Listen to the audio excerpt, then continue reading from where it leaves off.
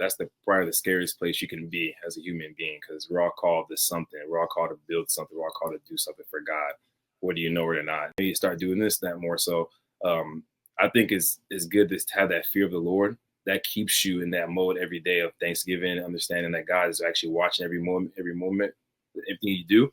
But also it keeps you like, it's a good reminder for me. It's a good reminder of who God is and how we should act daily and what's our purpose, what's our calling. Yeah, man. I mean, I like what you said, bro. Yeah. And when I was younger, like I knew I wanted to be a Christian. That's why I said that, and I was like, I'll get back to it around 30 years old.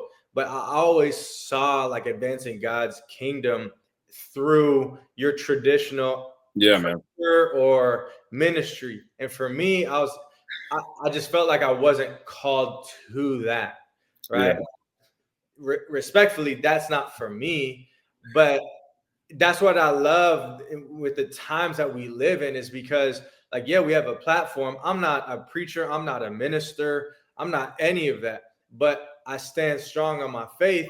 Yeah. And I'm able to, as a business owner, as an entrepreneur, as somebody that's building wealth, I can use my platform to talk about the things that impact me the most, which is God, which God calls us to be wealthy, which God calls us to be business owners, which Jesus was a business owner. The people around him were business owners, right? And so we get to talk about those things, influence and permeate those different cultures that, business, entrepreneurship, wealth, finances, are into, right? And I think that's one of the coolest things that we have at our fingertips. That's why it's so important to say your piece, say what you need to say about the things that you believe in, even if you disagree with us, even if you're like, nah, I'm an atheist.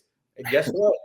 You have a platform to go and push that. I don't believe that. I don't believe in what you're saying, but you also have a platform to say what you believe in as well. Yeah, bro, I was the same way, man. I used to get prophesied, you're gonna be a pastor, you're gonna do this. I'm like, bro, I'm not a pastor, bro. If anything, I would run from that, bro. I couldn't stand that, because I only saw like ministry in the traditional church, like, you being a deacon or a minister, like work at the church. I'm like, bro, I'm not working somewhere for 30 years and becoming an ordained pastor. I'm not doing that. I didn't even want to speak like that. But now, fast forward, people still call me pastor, and I'm like, bro, don't call me that. But I understand more of like the spiritual. It's like the pastor, the gift of speaking, the gift of talking, the gift of leading. And so now when I'm like speaking at events, or I'm speaking to like small groups, young adults, young women, young men,